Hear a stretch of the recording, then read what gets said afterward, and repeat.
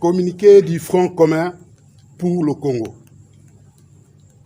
Dans le compte rendu du Conseil des ministres du 17 octobre 2020, il a été fait état d'une communication du président de la République indiquant la prestation de serment des juges constitutionnels nommés par l'ordonnance numéro 20/108 du 17 juillet 2020 en remplacement des juges Jean Oumoulou et Noël Kilomba.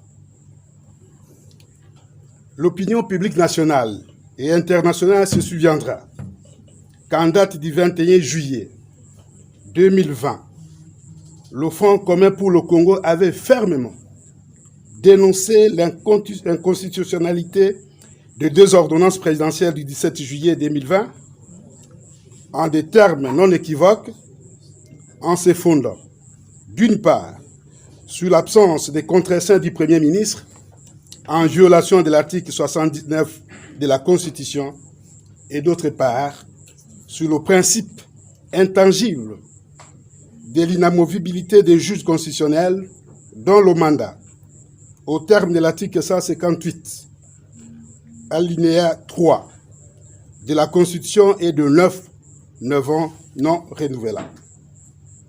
Aussi, l'article 7 de la loi organique numéro 13/026 du 15 octobre 2013 portant organisation et fonctionnement de la Cour dispose: il est pourvu au remplacement de tous les membres de la Cour, au moins au plus tôt, un mois au plus tôt ou une semaine au plus tard avant l'expiration du mandat. Le FCC rappelle que les nominations et remplacements des juges concernés étant intervenus en dehors des cas de figure prescrits ci-dessus sont nuls et de nul effet, car, violant les dispositions impératives de la Constitution et l'article 6 de l'ordonnance numéro 16/07 du 22 août 2016 portant dispositions relatives au statut particulier des membres de la Cour constitutionnelle qui prescrit. Durant leur mandat, ils ne peuvent être nommés aux fonctions incompatibles. Le FCC rappelle, tout autant que le législateur définit le cadre formel et solennel de prestation des serments.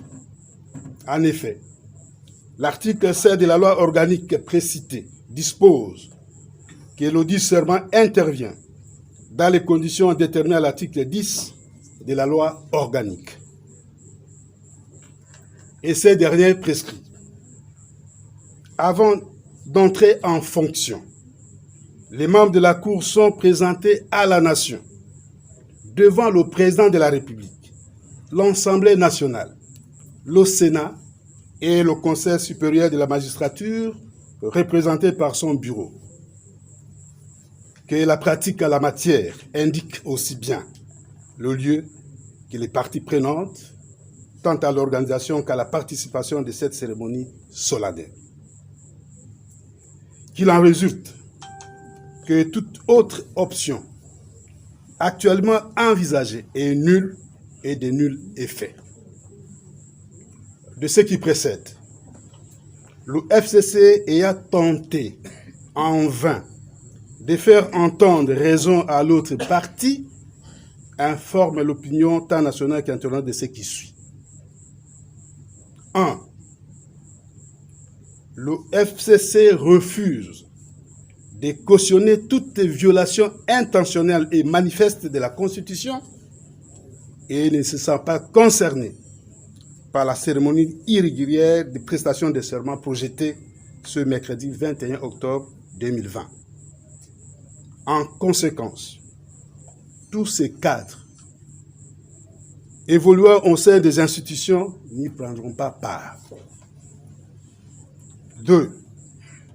Le FCC dénonce la violation intentionnelle du siège du Parlement et appelle la population, qui a massivement voté par référendum la Constitution en vigueur, de se tenir prête à résister et à s'opposer à toute tentative de passage en force tendant à imposer le fait accompli d'une nouvelle cour aux ordres assise sur des graves violations des dispositions basiques de la Constitution partant à toute dérive dictatoriale.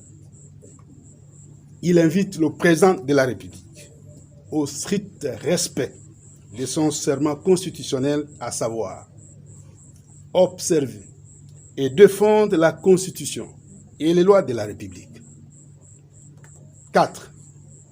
Le FCC prend à témoin la communauté internationale de constater la retenue dont il a fait montre dans ces dossiers et de prendre action dans le sens qui conforte l'état de droit et consolide la démocratie.